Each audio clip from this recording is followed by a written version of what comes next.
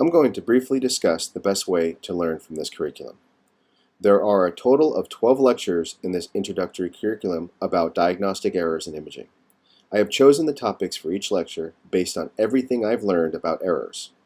The best way to learn from this curriculum is to go through the material for each lecture in the following order. Start with the goal and objectives to understand the essential concepts that will be emphasized during each lecture. Next, read the articles in the recommended reading section. I have reviewed hundreds of articles on diagnostic errors in different fields, and the articles I've chosen for each lecture are the best articles I could find. These will provide information well beyond what is discussed in the lecture. After the recommended articles, take the pretest. You can look at the answers before or after the lecture.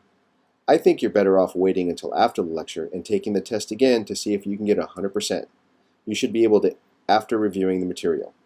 The answer section includes explanations for each possible answer choice. Now you should watch the lecture.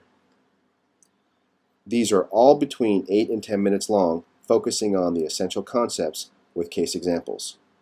If you're interested in learning more, check out the optional reading section.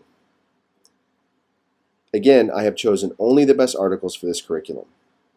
That's the best way to learn this material, but it's not the only way. You can go through the material in any order you choose, and if you're pressed for time, you can just watch the lectures. One final note, every case discussed in this curriculum is a real case of diagnostic error.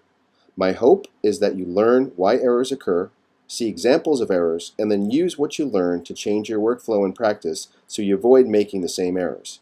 I've seen thousands of errors, and they are both predictable and preventable. The more you know, the less likely you are to make one.